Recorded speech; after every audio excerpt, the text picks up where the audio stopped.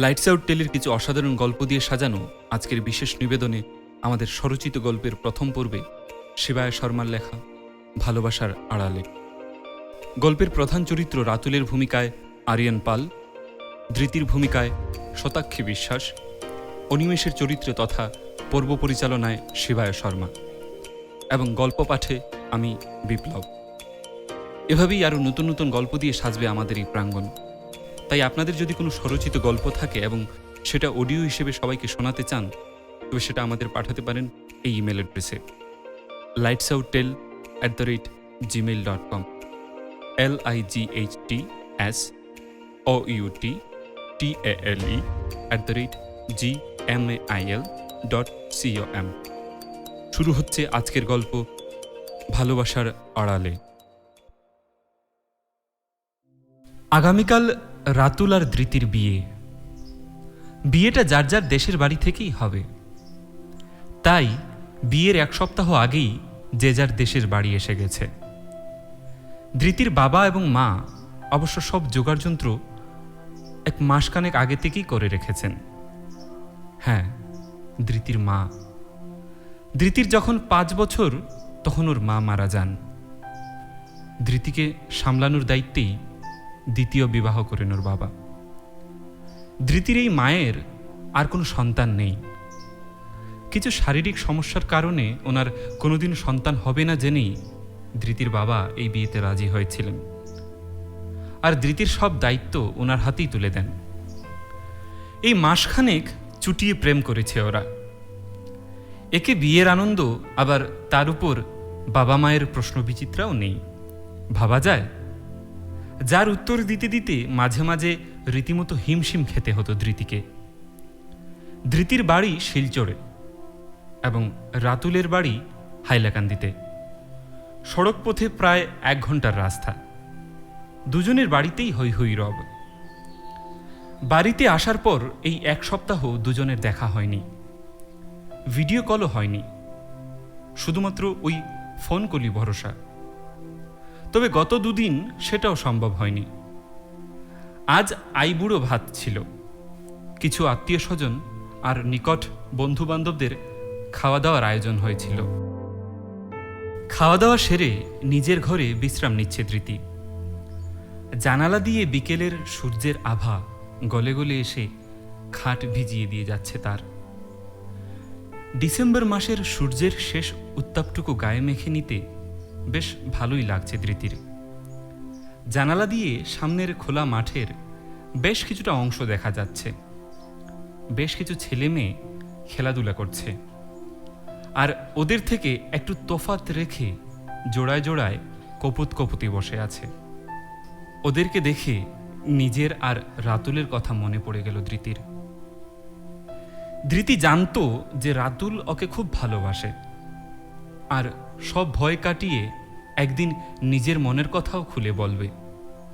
কিন্তু আশা করিনি যে এতটা আয়োজন করে বলবে। এই আয়োজনে মনে মনে ভীষণ খুশি হয়েছিল ধৃতি।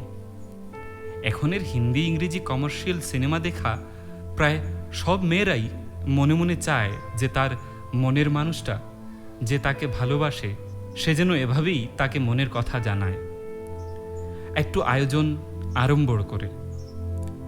প্রায় সব মেয়েরাই জীবনসঙ্গীকে স্বামী হিসেবে পাওয়ার আগে প্রেমিক হিসেবে চায়, বিশেষত বাঙালি মেয়েরা যারা কৃষ্ণের প্রেমালাপের কথা শুনে বড় হয়েছে। তারা তো ছোট থেকেই কৃষ্ণের মতো প্রেমিকের স্বপ্ন দেখে মনে মনে। রাধাকৃষ্ণের প্রেমের পরিণতির কথা না ভেবেই কৃষ্ণকে চায়। কাজেই ধৃতির খুব খুশি হওয়াটা স্বাভাবিক।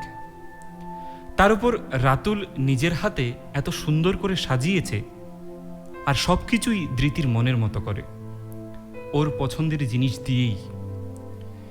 বিয়ে ওরা করবে, সে নিয়ে কোনো সমস্যা নেই। তবে বিয়ের আগে মন দিয়ে প্রেমটা করে নিতে চায় তারা।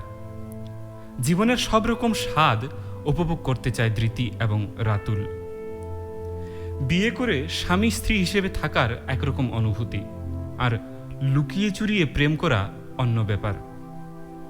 বিয়ে করে সবার সামনে বুক ঠুকে বউয়ের হাত ধরে ঘুরে বেড়ানো, আর বিয়ের আগে সবার চোখ এড়িয়ে চোখে চোখ রেখে কথা বলা অন্য ব্যাপার। দুটোরই আলাদা অনুভূতি, দুটোর আলাদা স্বাদ। রাতুল আর ধৃতি একই অফিসে চাকরি করে। এতদিন দুজনে আলাদা আলাদাভাবেই অফিসে যাতায়াত করত, তবে সম্পর্কটা হওয়ার পর থেকে একসাথেই যায়। রাতুলের বাইকে করেই অফিসে যায় ধৃতি, তবে অফিসে ঢোকার আগে বাইক থেকে নেমে যায়, বাকিটা হেঁটেই যায়। আর অফিস থেকে বেরোনোর সময় একটু দূরে এসে বাইকে ওঠে। আসলে সম্পর্কটা প্রথমেই সবাইকে জানাতে চায়নি ওরা, তাই এই ব্যবস্থা। ধৃতির বাবার কর্মসূত্রে ধৃতি অনেক আগে থেকেই মুম্বাইয়ে থাকে। এখানে ধৃতি ও ওর পরিবারের সাথেই থাকে। ধৃতির মা রোজ ওর জন্য টিফিন বানিয়ে পাঠায়, মাঝে মাঝে নিজেও বানিয়ে নিয়ে আসে। আসলে ও খুব স্বাস্থ্য সচেতন, তাই বাইরের খাওয়ার যতটা সম্ভব এড়িয়ে চলে ধৃতি। তবে আজকাল রান্নাঘরে ধৃতির যাতায়াতটা একটু বেড়েছে। প্রায় প্রতিদিনই নিজের টিফিন নিজেই বানিয়ে নিয়ে আসে। আসল কথাটা হচ্ছে রাতুল। ছেলেটা বড্ড খাদ্যরসিক। এখানে এসে অবাঙ্গালি রান্নার মাসির হাতের রান্না খেয়ে খেয়ে বিরক্ত হয়ে গেছে। না পারে ঠিক করে আলু পোস্ত বানাতে, না পারে ঠিক করে মাছ রান্না করতে। আর কচুর লতি কচুর শাক তো পাওয়াই যায় না, খাওয়া তো দূরের কথা। তাই আজকাল ধৃতি একটু সকাল সকাল উঠে কিছু রান্না করে নিয়ে আসে রাতুলের জন্য। বাইকে আসার সময় ও রাতুলকে টিফিন বক্সটা দিয়ে দেয়, আর বাড়ি যাওয়ার সময় রাতুল ওকে ফেরত দেয়। ছুটির দিন হলেই দুজনে মিলে কোনো রেস্তোরাঁ বা কফি শপ, মাঝে মাঝে লং ড্রাইভ। ওদিকে ধৃতি যেহেতু বাবা মায়ের সাথে থাকে, তাই ওকে বেরোনোর সময় জবাবদিহি করেই বেরোতে হয়। সাধারণত মধ্যবিত্ত পরিবারের মেয়েরা বাড়ির বাইরে বেরোতে গেলে যে যে প্রশ্নের সম্মুখীন হতে হয়, ধৃতিকেও সেসব প্রশ্নের সম্মুখীন হতে হতো। আর সেই সূত্রেই ধৃতিরও মিথ্যে বলার অভ্যেসটা বেশ ভালোই হয়ে গেছে। ধীরে ধীরে ব্যাপারগুলো অভ্যেসে পরিণত হয়ে গেছে ধৃতির। অফিসের পরে আইসক্রিম খেতে গেলে একে অন্যের আইসক্রিমে ভাগ না বসালেই হতো না। অফিসে প্রথম প্রথম কেউ বুঝতে না পারলেও ওদের হাবভাব, চোখে চোখে কথা অফিসের সবাইকেই আভাস দিয়েছিল। অনেকে সুযোগ পেলেই ওদের নিয়ে মজা করত, তবে এই ব্যাপারগুলো দুজনেই ভীষণ উপভোগ করত। নানা টুকরো টুকরো ঘটনা ভেসে আসছে ধৃতির মনে। হঠাৎ করে ওর মনে পড়ে যায় গত বছর 31শে ডিসেম্বরের ঘটনাটা। নূতন বছরটা দুজনে একসাথে শুরু করতে চেয়েছিল, কিন্তু ধৃতির বাবা এবং মা ওকে কিছুতেই বাড়ির বাইরে থাকতে দিতে রাজি হতেন না। সে কথা খুব ভালো করেই জানত ধৃতি। তাই অফিসের কাজে মুম্বাই শহরের বাইরে যেতে হবে বলে 31শে ডিসেম্বর সকালেই রাতুলের ফ্ল্যাটে চলে আসে ধৃতি। সেদিন দুজনেই অফিস ছুটি নিয়েছিল। সারাদিন শহরের বিভিন্ন জায়গায় ঘুরে বেড়িয়েছিল তারা। এই প্রথমবার একসাথে এতটা সময় কাটালো দুজনে। সন্ধে হতেই মুম্বাইয়ের রাস্তাঘাটে ভিড় বাড়তে থাকে। বিভিন্ন পাব আর বারগুলোতে নিউ ইয়ার্স ইভের পার্টি শুরু হয়ে যায়। সেসব পার্টিতে যাওয়ার ইচ্ছে তাদের দুজনেরই ছিল না, তাই ওরা নিজেদের মতো করে নিউ ইয়ার্স ইভ সেলিব্রেট করবে বলে রাতের খাবার কিনে ফ্ল্যাটেই চলে আসে। তারপর আর কি বলি ভাই, একা ফ্ল্যাট, তাও 31st নাইটের রাত। এই দুজন দুজনকে একসাথে না, আর যাওয়া চলে না। এত গভীরে যাওয়া ঠিক নয়। আমরা পরবর্তীতে চলে যাচ্ছি। এই সারা রাত ঘন্টার পর ঘন্টা এভাবেই কেটে যায়। এভাবেই কখন শীতের এত বড় রাত কেটে সকাল হয়ে গেছে টেরও পায়নি কেউ। নিজেদের অজান্তেই কখন যে ঘুমিয়ে পড়ে সকালের মিষ্টি আলো এসে ওদের ঘুমের দরজায় কড়া নাড়ল, ওরা বুঝতেই পারল না। ঘুম থেকে উঠে দেখে একটা মিষ্টি রোদ খিলখিল করে হাসছে ওদের দেখে। কি রে, এই দিদি, দিদি ওঠ। ধরফড়িয়ে বিছানায় উঠে বসে ধৃতি। সত্যিই তো কত দেরি হয়ে গেছে। খোলা জানালা দিয়ে সূর্যের আলোর বদলে চাঁদের আলো ঢুকছে, আর তার সাথে ঠান্ডা হাওয়া এসে ঘরের উষ্ণতার সাথে রীতিমতো যুদ্ধ করেই ঘরটাকে শীতল করে তুলেছে।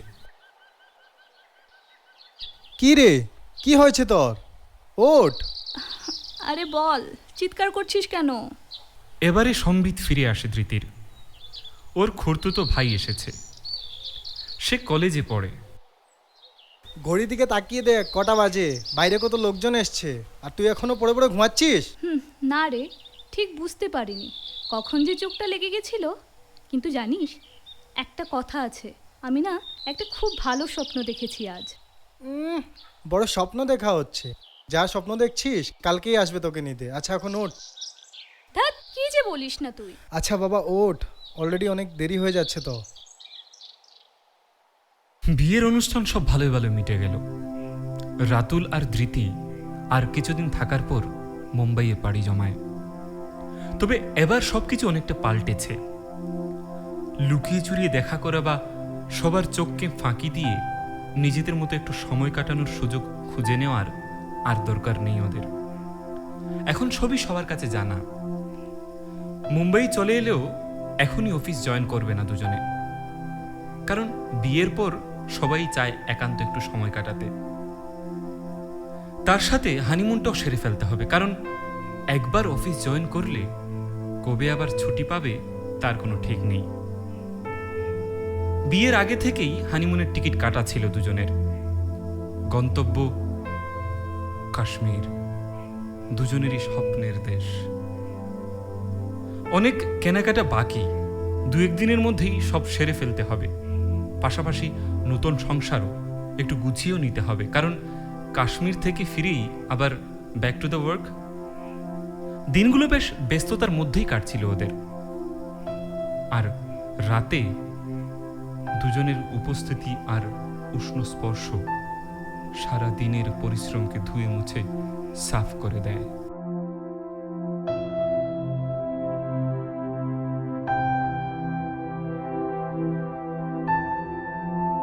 আগামীকাল ওরা কাশ্মীরের উদ্দেশ্যে রওনা হবে, তাই আজ ভীষণ ব্যস্ততা। এত ব্যাগপত্র গোছানোর আছে। রাতুল আর ধৃতি দুজনে মিলে একসাথে সবকিছু করেছে। ধৃতির মা ইতিমধ্যেই বেশ হাতে বানানো কিছু খাবার নিয়ে এসেছেন। ধৃতির তো মনেই হচ্ছিল যে ও যেন হানিমুনে নয়, হোস্টেলে যাচ্ছে। তবে রাতুলের বেশ আনন্দ। খাওয়া দাওয়ায় ওর কোনো বিশেষ আপত্তি নেই, একটু খাদ্যরসিক মানুষ। ওদিকে আবার ধৃতির বাবা বলে দিয়েছেন উনি স্টেশনে পৌঁছে দিতে যাবেন। দেখতে দেখতে ওদের কাশ্মীর যাওয়ার দিনও চলে এলো। যথাসময়ে ট্রেনে চেপে বসেছে দুজনে। AC 3 tyre train. তবে ট্রেনটা একটু দেরি করেনি। ওদের দুটোই আপার বার্থ। তবে ধৃতির আবার আপার বার্থে ভীষণ ভয়, ও কিছুতেই ওপরে শোবে না। ওদের দুজনেরই নিচের বার্থে দুটো ফাঁকা, এবং ঠিক তার নিচের দুটো বার্থে দুটো ছেলে বসেছে। আর সাইড আপার বার্থে আরও একজন ভদ্রলোক। এই 5 জন মিলেই এই বার্থটা ফুল হয়েছে। ধৃতির কথা ভেবে রাতুল একটু চিন্তিত, কারণ যে করেই হোক ওর বার্থটা অল্টারনেট করতে হবে, না হলে বেচারি সারা রাত কিভাবে কাটাবে কে জানে। কিন্তু হঠাৎ করে অচেনা অজানা কয়েকটা ছেলেকে তো আর বার্থ চেঞ্জ করার কথা বলা যায় না। তাই রাতুল নিজেই আগ বাড়িয়ে ওদের সাথে গল্প করতে শুরু করে। তাছাড়া এতগুলো ছেলের মাঝখানে ধৃতি একা মেয়ে, ওরও তো একটা কমফর্ট জোন তৈরি হওয়া দরকার। ছেলেগুলোকে দেখে মনে হচ্ছে এদের সবার বয়স রাতুলের প্রায় কাছাকাছি হবে। ছেলেগুলো ভীষণ মিশুকে। এত তাড়াতাড়ি ওদের সাথে মিশে গেল যে মনেই হবে না ট্রেনে উঠেই ওদের সাথে পরিচয়। এরা সবাই পড়াশোনা করছে। সবার বাড়ি পশ্চিমবঙ্গে। বাঙালি চোখ, সে তো সবসময় বাঙালিই খোঁজে। আড্ডা বেশ ভালোই জমে উঠেছে, আর তার সাথে খাওয়া দাওয়া আর মাঝে মাঝে গানের লড়াই। ওদের সাথে কথা বলতে বলতে জানতে পারে যে ওদের গন্তব্যস্থল কাশ্মীর, আর সবাই একই হোটেলের রুম বুক করেছে।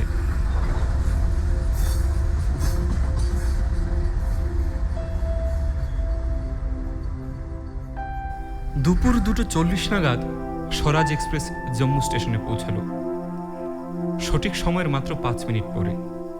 ভারতীয় রেল যে এতটা তাড়াতাড়ি গন্তব্যে পৌঁছতে পারে সেটা রীতিমতো আশাতীত। 30 ঘন্টা 15 মিনিট যে কিভাবে দেখতে দেখতে কেটে গেল তা ভাবতে সত্যি অবাক লাগে। সবাই মিলে গল্প করতে করতে কোথা দিয়ে সময় কেটে গেল কেউই বুঝতে পারল না। স্টেশনে নেমেই ধৃতি আর রাতুল যে যার বাবা মাকে ফোন করে পৌঁছে যাওয়ার খবরটা দিয়ে দিল। স্টেশনটা খুব সুন্দর, আর দূরের প্রাকৃতিক সৌন্দর্য আরও সুন্দর।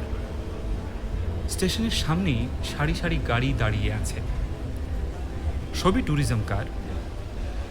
ট্রেন থেকে নেমেই সবাই সেই দিকেই ছুটে যাচ্ছে।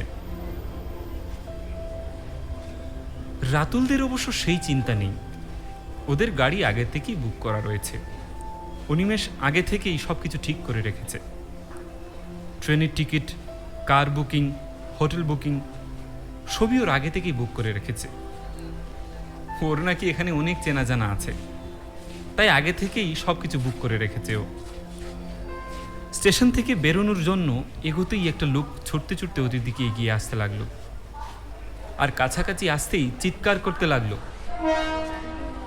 आप लोग रातुल भैया और धृति भाभी हो ना? आपको कैसे पता? अरे वो अनिमेश भैया ने आप लोगों का फोटो हमको व्हाट्सएप किया था। ओ अच्छा अच्छा ठीक है। वैसे आपका नाम क्या है? मेरा नाम तो शिवाजी है। अरे अरे করছো কি? কথা বলতে বলতেই রাতুল আর ধৃতির হাত থেকে ব্যাগগুলো নিয়ে সুন্দর কায়দায় নিজের মাথায় তুলে নিল। সত্যি অনিমেষের কাণ্ড দেখে অবাক হয়ে যায় রাতুল আর ধৃতি। সবকিছু সুন্দর করে গুছিয়ে রেখেছে। আরে বাবু, অনিমেষ সাবের বন্ধু আছেন আপনি, আর আপনি ব্যাগ বলবেন। চলুন চলুন গাড়িতে চলুন। সে কি, তুমি বাংলাও জানো? তা জানবো না কেন? আরে বাবু, বাংলাটা কত মিষ্টি ভাষা। এখানে তো কত বাঙালি টুরিস্ট আছে। আচ্ছা নেন, এখন গাড়িতে উঠে পড়ুন তাড়াতাড়ি। স্টেশনের বাইরে এসে শিবাজি একটা কালো রঙের স্করপিও গাড়ির ছাদে ব্যাগপত্র তুলে দেয়। আচ্ছা, আর কেউ উঠবে না? এত বড় গাড়িতে শুধু আমরা দুজন? ওকে শুনছো? অনিমেষের সব কিছুতেই বাড়াবাড়ি। এত বড় গাড়িতে শুধু আমরা দুজন? টাকা আছে বলে কি এভাবে খরচ করতে হবে বলো তো? আমি কি বলবো, ও তো তোমার বন্ধু। তুমি না হয় ফোন করে জিজ্ঞেস করো। আমাকে একটু এনজয় করতে দাও এখন। বেশ কিছুক্ষণ বাদে গাড়িটা এসে একটা বড় গেটের সামনে থামে। রাতুল আর ধৃতি গেটের ভেতরের দিকে তাকিয়েই অবাক হয়ে যায়। অসাধারণ একটা বাগান। বাগান পেরিয়েই দূরের দিকে চোখ রাখলে একটা সুইমিং পুল, তারপর কয়েকটা বিল্ডিং। নেমে পড়ুন বাবু, हम लोग पहुंच गए। এখানে অনিমেষের আয়োজনের ঘনঘটা দেখে দুজনই অবাক। হোটেলের চেকিং সেরে রুমে যায় ওরা। রুমটা অসাধারণ। রুমে ঢুকে প্রথমেই অনিমেষকে ফোন করে রাতুল। হ্যাঁ রে অনি, আচ্ছা বলতো, তোর কি কোনোদিনও কোনো কাণ্ডজ্ঞান হবে না? সব কিছুতেই বাড়াবাড়ি না করলে তোর হয় না, তাই না? কেন, কি বাড়াবাড়ি করলাম আবার? কোনটাতে বাড়াবাড়ি করিসনি বলতো? নন এসিতে এলেই হতো, তুই এসি বুক করলি। স্টেশনে এসে দেখি এত বড় একটা স্করপিও ওয়েট করছে। হোটেলে এসে দেখি এত বড় একটা হোটেল, একটার পর একটা চমক লেগেই আছে। আর খরচটা যে বাড়ছে সেদিকে কি ধ্যান আছে তোর? আরে বাবা, হানিমুনে গেছিস, একটু এনজয় কর। কি এইসব টাকা পয়সা নিয়ে পড়ে আছিস? ফোন রাখ, ফোন রাখ রাখ। দুজনে ফ্রেশ হয়ে রুম সার্ভিসে খাবার নিয়ে লাঞ্চটা শেষ করলো। এবার একটু বিশ্রাম নেওয়ার পালা। আজ আর কোথাও বেরোনো যাবে না। এখন রেস্ট নিয়ে সন্ধ্যের দিকে হোটেলের লনেই ঘুরে বেড়াবে, এটাই তাদের প্ল্যান। এত সুন্দর একটা হোটেল, সেটাও তো একটু ঘুরে দেখতে হবে। বালিশে মাথা দিয়ে কম্বলটা গায়ে নিতেই গত 30 ঘন্টার ট্রেন জার্নি আর ঠান্ডা আবহাওয়াটা কয়েক মুহূর্তের মধ্যেই দুজনের চোখে ঘুমের বন্যা বইয়ে দিল। ঘুম যখন ভাঙল তখন আকাশে সূর্যদেব বিদায় জানিয়ে চন্দ্রদেবের আগমন ঘটেছে। বিছানা ছেড়ে গায়ে গরম পোশাক চড়িয়ে বাইরে এলো দুজনে। বাগানে এখন সুন্দর আলো জ্বলছে। সুন্দর আলোর খেলায় বাগানটা আরো সুন্দর দেখাচ্ছে। বাগানে ঘুরতে ঘুরতে ওই ট্রেনে পাওয়া ছেলেগুলোর সাথে আবার দেখা হলো। আরে দাদা, আরে স্টেশনে নেমে যে কোথাও উধাও হয়ে গেলেন, আর তো দেখাই পেলাম না। আচ্ছা, কিসে এলেন এখানে? না মানে আপনাদের তো গাড়ি সিলেক্ট করতেও দেখিনি। আরে না না, আসলে আমার এক বন্ধু আগে থেকেই সব সেট করে রেখেছিল, তাই আর কি। ও আচ্ছা, তবে কাল কি কোনো প্ল্যান তৈরি আছে? মানে কাল কোথাও যাবেন, ঘুরতে যাবেন? না মানে প্ল্যান তো কিছুই নেই, তবে আরে তাহলে তো বেশ ভালোই হয়েছে দাদা। এই চলুন না আমাদের সাথে ফার্ম হাউসে চলুন। আমাদের ওখানে ফার্ম হাউস আছে, মানে ধরুন ওই ওখান থেকে 50 কিলোমিটার হবে। ওই কাল ওখানে যাবো, একটু সময় কাটাবো। নাহলে আপনারা আবার না মানে আপনারা তো হানিমুনে এসছেন, হয়তো ওটা সম্ভব হবে না। আরে না না ঠিক আছে, এমনিতে তো এখানে আছি কিছুদিন, ঘুরবো না হয়। কাল তবে ওখানেই যাওয়া যাক, কাল গিয়ে পরদিন না হয় চলে আসবো। হ্যাঁ দাদা, তবে ওই একটা প্রবলেম হয়ে গেছে, মানে আমাদের গাড়িটা সিলেক্ট করতে হবে। আমাদের আগে থেকেই গাড়ি বুক করা আছে, বড় গাড়ি, সবার হয়ে যাবে। কাল না হয় সবাই মিলে যাওয়া যাক। হ্যাঁ তবে দাদা ওখানেই রাখছি। হ্যাঁ, কাল ওই 7:30 নাগাদ বেরিয়ে পড়বো আমরা। ওখানে গিয়ে না হয় খাওয়া দাওয়ার হবে, কি বলেন? আচ্ছা আচ্ছা ঠিক আছে, হবে হবে।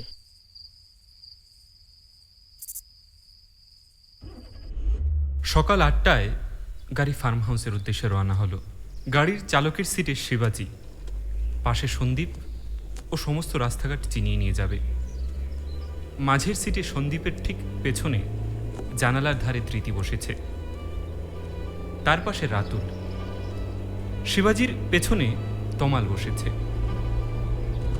আঁকাবাঁকা পাহাড়ি রাস্তা, গাড়ির গতি খুব একটা বেশি না।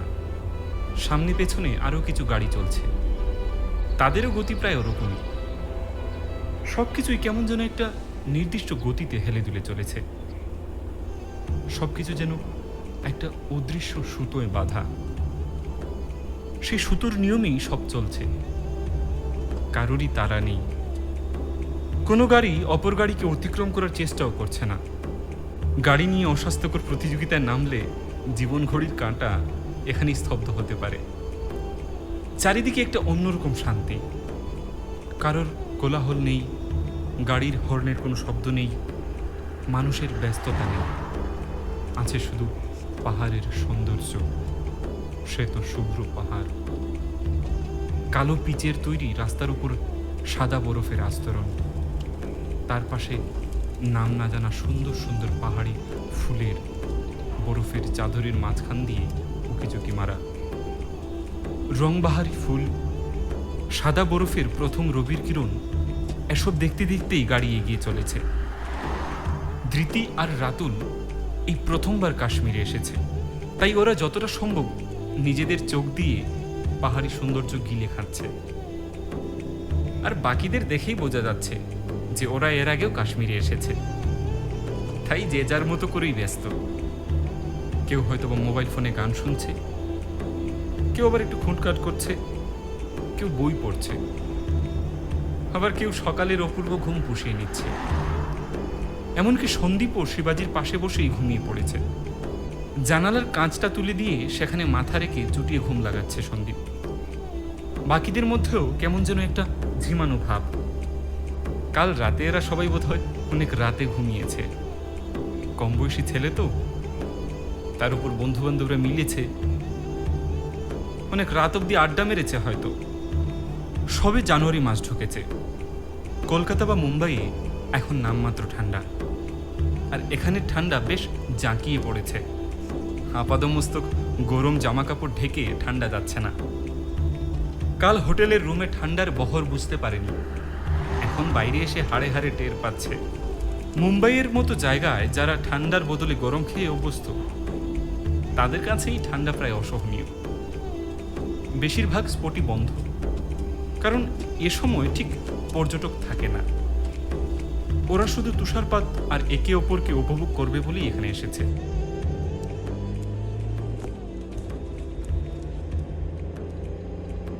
ওই ছেলেগুলো বলেছিল দূরত্বটা 50 কিলোমিটার হবে, কিন্তু রাতুলের মনে হয় দূরত্বটা আরো বেশি, না হলে এত সময় লাগার কথা নয়।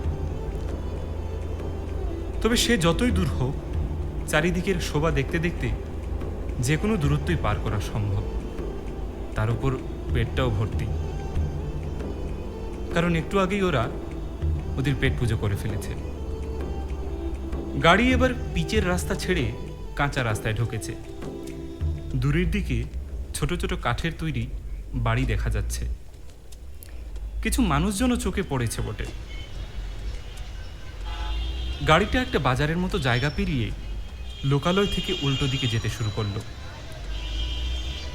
এবার চারিদিকের চিত্রটা আরো কিছুটা পাল্টে গেল। এই জায়গাটায় বড় বড় গাছের মাঝখান দিয়ে সরু রাস্তা, আর সব গাছগুলো বরফের চাদরে ঢাকা। এই রাস্তায় ওদের গাড়ি ছাড়া আর কোনো গাড়ি বা লোকজন নেই। বেশ একটা রোমাঞ্চ লাগছে রাতুল আর ধৃতির। আর কিছুটা গিয়ে গাড়িটা একটা বড় গেটের সামনে দাঁড়ালো। সামনে বাগান পেরিয়ে ভেতরে একটা সুন্দর বাংলো বাড়ি। দেখেই মনে হচ্ছে অনেক পুরনো। গেট থেকে বাংলো পর্যন্ত একটা সোজা রাস্তা। রাস্তাটায় নুড়ি পাথর ফেলা আছে, কিছুটা কলকাতার ভিক্টোরিয়ার মতো। ধৃতির খুব অবাক লাগলো। চারিদিকে গাছপালা সব বরফে ঢাকা, কিন্তু কি অদ্ভুতভাবে এখানের বাগানে বা নুড়ি পাথরের রাস্তায় কোনো বরফ নেই। দেখে মনে হচ্ছে কেউ যেন সব বরফ পরিষ্কার করে দিয়েছে। গাড়িটা সোজা গিয়ে বাংলার গেটের সামনে থামল। সন্দীপ সবার আগে গাড়ি থেকে নেমে দরজাটা খুলে দিল। তারপর ভেতরে ঢুকে লাইট জ্বালিয়ে সবাইকে ভেতরে আসতে বলল। বাংলোটা একতলা। গেট দিয়ে ঢুকেই একটা বড় হলঘর। হলঘরটা ঘিরে কয়েকটা ঘর আছে। সন্দীপ একে একে সব ঘরগুলো দেখাতে লাগলো। হলঘরের ঠিক ডান দিকে পরপর দুটো বড় বড় শোয়ার ঘর। মূল দরজার সোজাসুজি হলঘরটা যেখানে শেষ হয়েছে সেখানে ওপেন কিচেন। হলঘরে চেয়ার টেবিল পাতা আছে, এবং ঠিক এই ঘরের বাঁদিকে দুটো বাথরুম। আর স্টোর রুমের পাশ দিয়েই ছাদে ওঠার সিঁড়ি উঠে গেছে। এই হলঘরের বাঁদিকে দুটো বাথরুম এবং একটা স্টোর রুম, আর ওই স্টোর রুমের পাশ দিয়েই ছাদে ওঠার সিঁড়ি উঠে গেছে। বাড়িতে ওরা ছাড়া আর কোনো মানুষ নেই, অথচ সবকিছু কি সুন্দর পরিষ্কার। কোনো আসবাবে একটু ধুলো নেই, কোনো দেয়ালে একটু ঝুল নেই। ব্যাপারটা দেখে খুব অবাক হলো ধৃতি। তাই নিজের কৌতূহল নিবারণের জন্য সন্দীপকে ব্যাপারটা জিজ্ঞেস করে। আচ্ছা সন্দীপ, এখানে কি কেউ থাকে? না তো, এখানে তো কেউ থাকে না। তাহলে সব কিছু দেখাশোনা কে করে? না মানে আমাদের পরিবারের লোকজনরা মাঝে মাঝে দেখা করতে আসে। তাহলে এই বাড়িটা কার? জানেন বৌদি, আমি শুনেছি আমার দাদু ভীষণ রসিক মানুষ ছিলেন আর ঠাকুমাকে ভীষণ ভালোবাসতেন। একবার দাদু ঠাকুমাকে নিয়ে এখানে বেড়াতে এসেছিলেন। ঠাকুমা বলেন এখানে যদি একটা বাড়ি থাকতো তাহলে বেশ হতো। এরপর থেকেই এই বাড়িটা আমাদের হলিডে ডেস্টিনেশন। এখানে যদি কেউ না থাকে তো ঘরদোর কে পরিষ্কার করে? না মানে আমরা যখন আসি আমরাই করি। শেষ কবে এখানে কেউ এসেছিল? আমি এসেছিলাম 6-7 মাস আগেই হবে। তাহলে জিনিসপত্র এত পরিষ্কার কি করে? একটু ধুলো নেই, ঝুলও নেই। আসলে পাহাড়ি এলাকা তো, তাই আমাদের রান্নাও তো করতে হবে। এই যে দেখুন 11টা বেজে গেছে, চলুন চলুন। হ্যাঁ দাদা, ও ঠিকই বলেছে। মানে ওই তবে আমাদের এক কাজ করতে হবে। ওই বৌদি তুমি একটা লিস্ট বানিয়ে দাও, আর দাদা বাজার থেকে গিয়ে একটু বাজার নিয়ে আসবে। মানে ওই আমাদের শরীরটা একটু বেশ ভালো লাগছে না, বুঝলেন? ওই তবে আমরা একটু রেস্ট করে নিচ্ছি এখন। হবে তো দাদা? আচ্ছা ঠিক আছে, হবে হবে। দুপুরের খাবারের ব্যবস্থাতে কেউই বেশ ঝামেলা রাখতে চাইল না। সবাই মিলে মেনু ঠিক করে নিল একটা সিম্পল খাবার হয়ে যাক। ধৃতি একটা লিস্ট করে দিল। রাতুল বাজারের ব্যাগ হাতে নিয়ে একাই বেরোলো। রাতুল বাকিদেরকেও আসতে বলেছিল, কিন্তু কেউই বাজারে যেতে রাজি হলো না। ওরা সবাই নাকি ভীষণ ক্লান্ত, তাই একটু বিশ্রাম করবে। তাছাড়াও কেউই ঠিকমতো বাজারে পটু নয়, ফলে ওরা গেল না। তাই রাতুল একাই বাজারে গেল। বাজারটা অবশ্য বেশি দূরে নয়, আসার সময় তো দেখেই এসেছে। শিবাজি ওকে গাড়ি করে একটু এগিয়ে দিয়ে এলো। রাতুল বেরিয়ে যেতে ওরা ধৃতিকে রান্নাঘরে রান্নাবান্না করার সব সাজ সরঞ্জাম ঠিকঠাক আছে কিনা তা দেখে নিতে বলল, না হলে স্টোররুম থেকে বের করে দেবে। রান্নাঘরে প্রায় পুরোটা জুড়েই তাক করা আছে। মূল দরজার সোজাসুজি গ্যাস রাখা, ডান দিকে সিঙ্ক, আর সব তাকগুলোতে বাসনপত্র ছড়িয়ে ছিটিয়ে রাখা আছে। ধৃতি রান্নাঘরে গিয়ে দেখে সবকিছু মোটামুটি ঠিকঠাকই আছে, শুধু দুটো হাতা লাগবে। আর বাসনপত্রগুলো ভীষণ নোংরা, দেখেই বোঝা যাচ্ছে ব্যবহার করার পর ভালো করে ধোয়া হয়নি। সিঙ্কের পাশেই বাসন মাজার সাবান রাখা। প্রয়োজনীয় বাসনপত্র নিয়ে সিঙ্কে মাজতে গিয়ে দেখে সিঙ্কে জলের রেখা, অথচ ধৃতির খুব ভালোভাবেই মনে আছে এখানে আসার পর কেউই রান্নাঘরে ঢোকেনি, আর ধৃতি নিজেও সিঙ্ক ব্যবহার করেনি। তাহলে জলের দাগ, এই জলের দাগ কোত্থেকে এলো? আবার কল থেকে বিন্দু বিন্দু জলও গড়াচ্ছে না। তাছাড়া জলের দাগের ধরন দেখে স্পষ্ট বোঝা যাচ্ছে যে কেউ হাত ধুয়েছে বা অন্য কিছু ধুয়েছে। কল থেকে জল গড়িয়ে পড়ার দাগ এটা নয়। ধৃতি যখন এসব ভাবতে ভাবতে ব্যস্ত, তখনই হলঘর থেকে ডাক এলো। বৌদি, কিছু লাগবে নাকি? হ্যাঁ, লাগবে তো। কি লাগবে বলো, আমি বের করে দিচ্ছি। কি লাগবে ধৃতি ওদের জানিয়ে দিয়ে রান্নাঘরে চলে এলো। আবার সিঙ্কের কাছে গেল। কল চালাতেই জল পড়তে লাগলো। ধৃতি বাসন মাজতে শুরু করলো। আর বাসন মাজতে মাজতেই ওর মনে নতুন এক প্রশ্ন দানা বাঁধল। সন্দীপের কথা অনুযায়ী ৬-৭ মাস আগে এখানে শেষবারের মতো কেউ আসেনি। তাহলে ট্যাঙ্কে এখনো কি করে জল আছে? আর এই ঠান্ডায় তো জল জমে যাওয়ার কথা। সেটা যদি না হয়, অন্তত এতদিনের জমা জলে একটা বাজে গন্ধ হওয়া উচিত। আবার এখানে এসে তো কেউ পাম্প চালায়নি যে জল থাকবে। চারিদিকে ঘটা ঘটনাগুলোর মধ্যে নানা অসঙ্গতি দেখতে পাচ্ছে ধৃতি। সবকিছু স্বাভাবিক মনে হলেও কেন যেন অস্বাভাবিক লাগলো ধৃতির।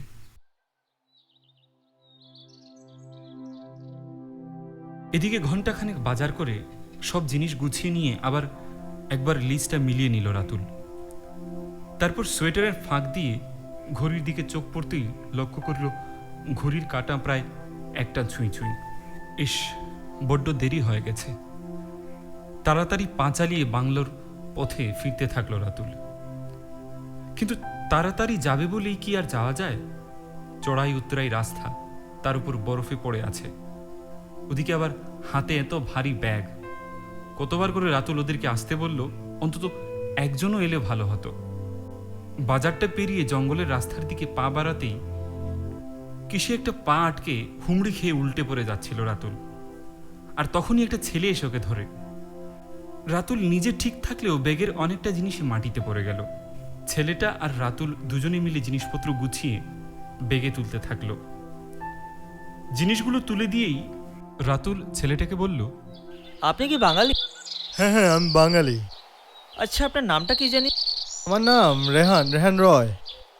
আচ্ছা চলুন, আমি আপনাকে ড্রপ করে দিয়ে আসি। না না, তার কোনো দরকার নেই, আমি নিজেই চলে যেতে পারবো। আরে দাদা, সে যে কতটুকু আপনি যেতে পারবেন নিজেই দেখতে পারছি। চলুন, আমার বাইক আছে, চলুন নিয়ে দিয়ে আসবো আমি। আচ্ছা ঠিক আছে তাহলে।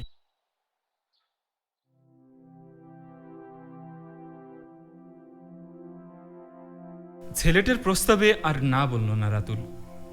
সত্যিই তো অনেকটা দেরি হয়ে গেছে। তাছাড়াও ওর মনটা কেমন যেন খাওয়া খাওয়া করছে। তার উপর এত বড় ভারী ব্যাগ, তা নিয়ে যেতে যেতে আবার কখন উল্টে পড়বে কে জানে। তার চেয়ে বরং হাতের লক্ষ্মী পায়ে না ঠেলেই ভালো। জঙ্গলের মধ্যকার রাস্তা দিয়ে বাইক ছুটতে থাকে। আর কিছুক্ষণের মধ্যেই বাইক বাংলোর সামনে এসে দাঁড়ায়। রাতুল ছেলেটাকে ভেতরে আসতে বলে। ছেলেটাও এক বাক্যে ভেতরে আসতে রাজি হয়ে যায়, কিন্তু রাতুল গেট খুলে ভেতরে আসতেই দেখে কালো স্করপিওটা আর নেই। রাতুল প্রথমে ভাবে গাড়িটা হয়তো বাড়িটার পেছন দিকে রাখা আছে। মূল দরজা আবার খোলা। দরজা দিয়ে ভেতরে ঢুকে দেখে ভেতরেও কেউ নেই। ধৃতির নাম ধরে চিৎকার করতে থাকে রাতুল, কিন্তু কারোর শব্দ পায় না। হঠাৎ করে খুব ভয় করতে থাকে। নিজেকে সান্ত্বনা দেওয়ার চেষ্টা করে রাতুল, হয়তো কাছাকাছি কোথাও ঘুরতে গেছে, চলে আসবে এখনই। খুব চিন্তায় পড়ে যায় রাতুল। ঘরগুলো একবার খুঁজে দেখবে বলে এগোতে যায়, কিন্তু আর পা চলে না।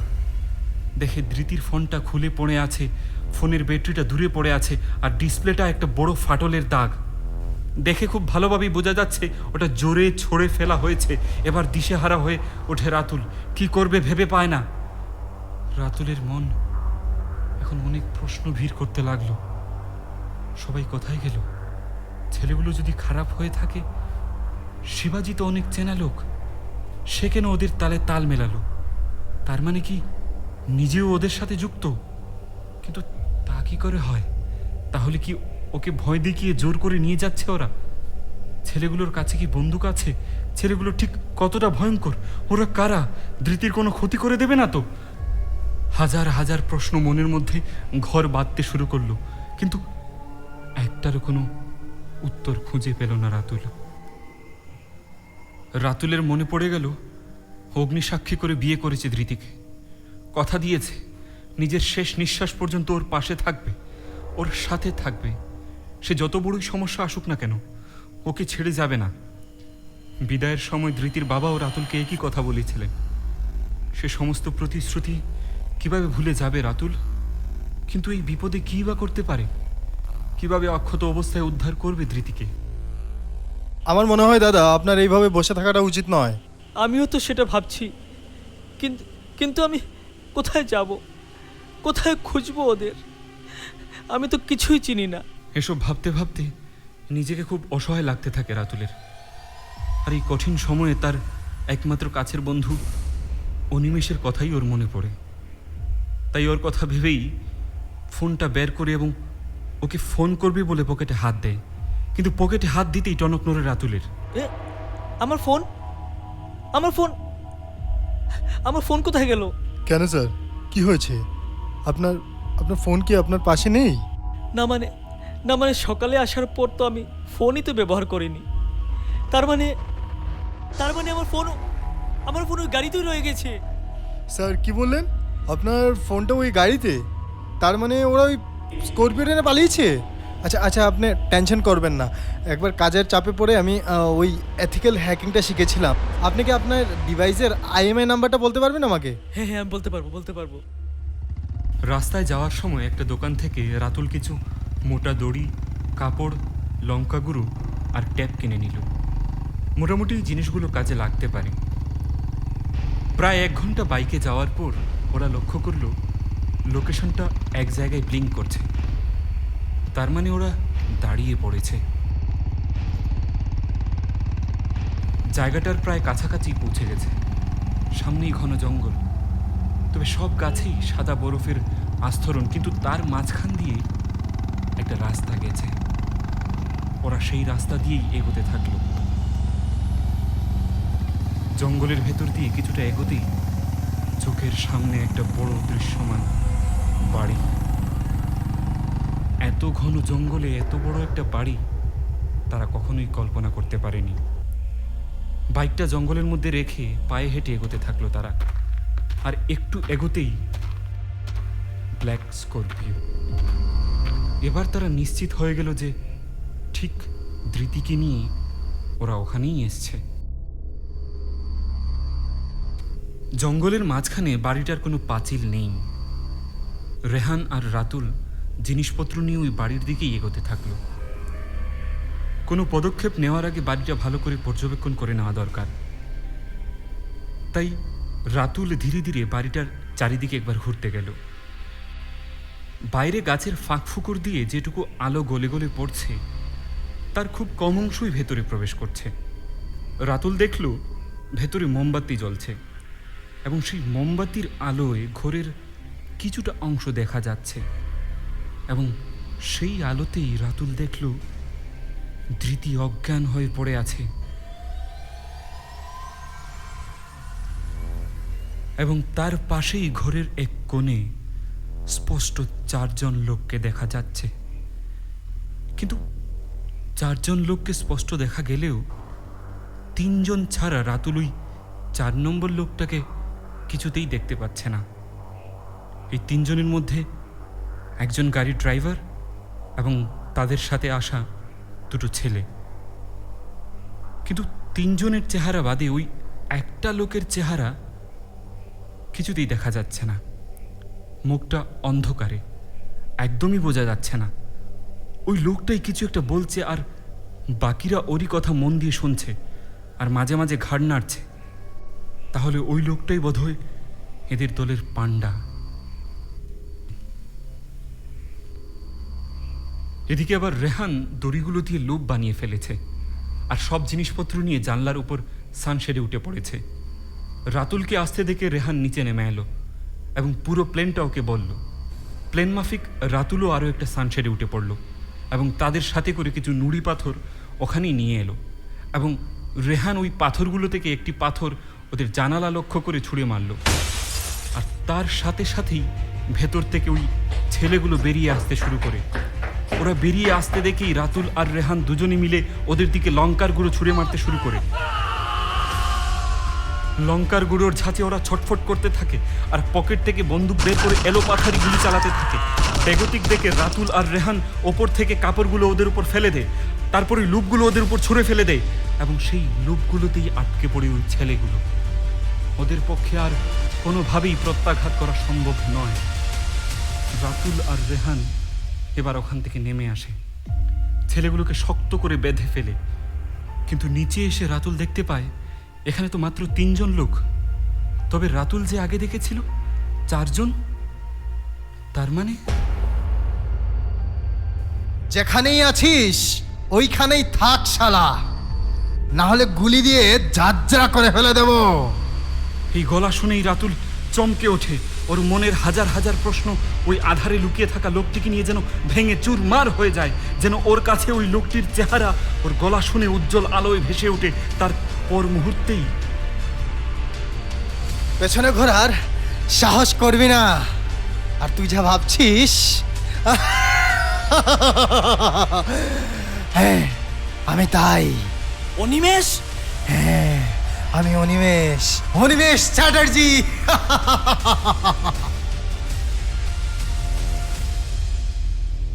এই বলেই ওই বাধা ছেলেগুলোর দিকে অনিমেষ পাপা দিয়ে এগোতে থাকে।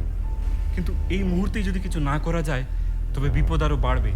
এই ছেলেগুলো একবার যদি মুক্তি পেয়ে যায়, এতজনের বিরুদ্ধে লড়াই করা ওদের কাছে অসাধ্য। এসব ভাবতে ভাবতেই রাতুলকে অবাক করে দিয়ে একটা গুলি এসে অনিমেষের ডান হাতে বিঁধল এবং পর মুহূর্তেই যেন সব পাল্টে গেল। একদিকে ভারী বুটের আওয়াজ এবং অন্যদিকে অনিমেষের চিৎকার। একদল পুলিশ এসে সমস্ত বাড়ি ঘেরাও করে ফেলেছে এবং তার সাথেই রেহানকে এসে বলছে, স্যার আমরা পুরো বাড়ি ঘেরাও করে নিয়েছি স্যার।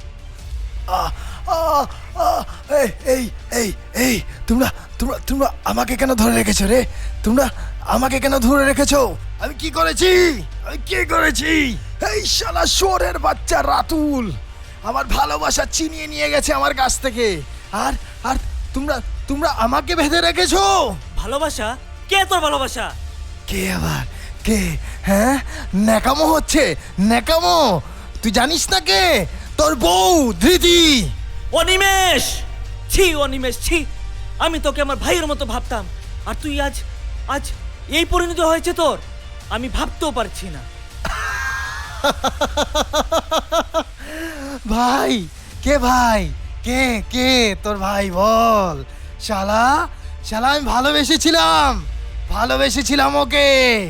মানলাম মানলাম অনিমেষ, আমি তুই ধৃতিকে ভালোবাসিস বলে এইসব করেছিস। তবে তবে তোর এই ড্রাগসের ব্যবসা, সেটার কি সাফাই দিবি তুই? হ্যাঁ, ড্রাগ মাফিয়া। এই ড্রাগ মাফিয়া বলবি না আমায়, ড্রাগ মাফিয়া বলবি না। জানিস আমি কেন এসেছি এই ড্রাগসের বিজনেসে? আমি ভেবেছিলাম টাকা পয়সা হলে হয়তো ধৃতি আমায় আবার ভালোবাসবে, কিন্তু কিন্তু ও ও এলো না। আমি ফেল হয়ে গেলাম, আমি ফেল হয়ে গেলাম। এবার এবার কি করি বল রাতুল, আমায় বাঁচা অফিসার, রাতুল বাঁচা। অফিসার, ওকে ওকে এমন শাস্তি দিন যেন, ওকে এমন শাস্তি দিন যেন ও কখনো এইভাবে বন্ধুত্বের এই সম্পর্কটাকে আর কলঙ্কিত না করতে পারে, আর কলঙ্কিত না করতে পারে। অফিসার, ওকে নিয়ে যান আমার নজর থেকে দূরে নিয়ে যান। এই শালা অফিসার, নিয়ে যাবি আমায়? নিয়ে যাবি? যা যা নিয়ে যা, কিন্তু কিন্তু আমি আবার ফিরে আসবো। Dhriti, Dhriti, I love you.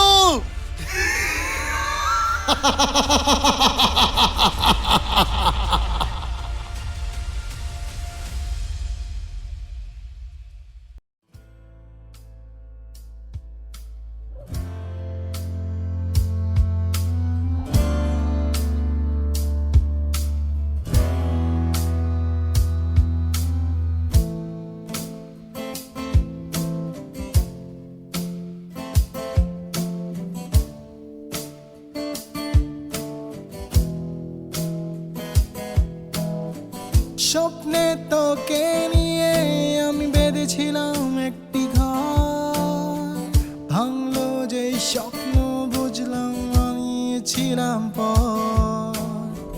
চাওয়া পাওয়া সব কিছু মনে রয়ে গেল বেঁধে ঘর, ভালোবাসার আড়ালে তুই ভাঙলি মনটি মন, ভালোবাসার আড়ালে তুই ভাঙলি মনটি মন।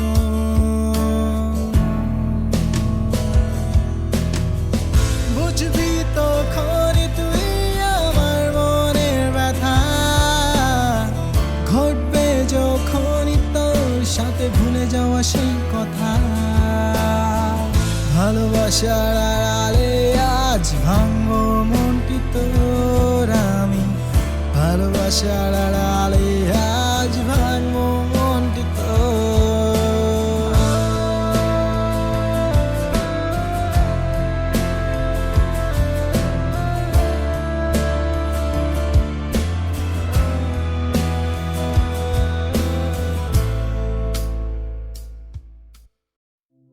আপনারা শুনছিলেন স্বরচিত গল্পের প্রথম পর্বের প্রথম গল্প ভালোবাসার আড়ালে।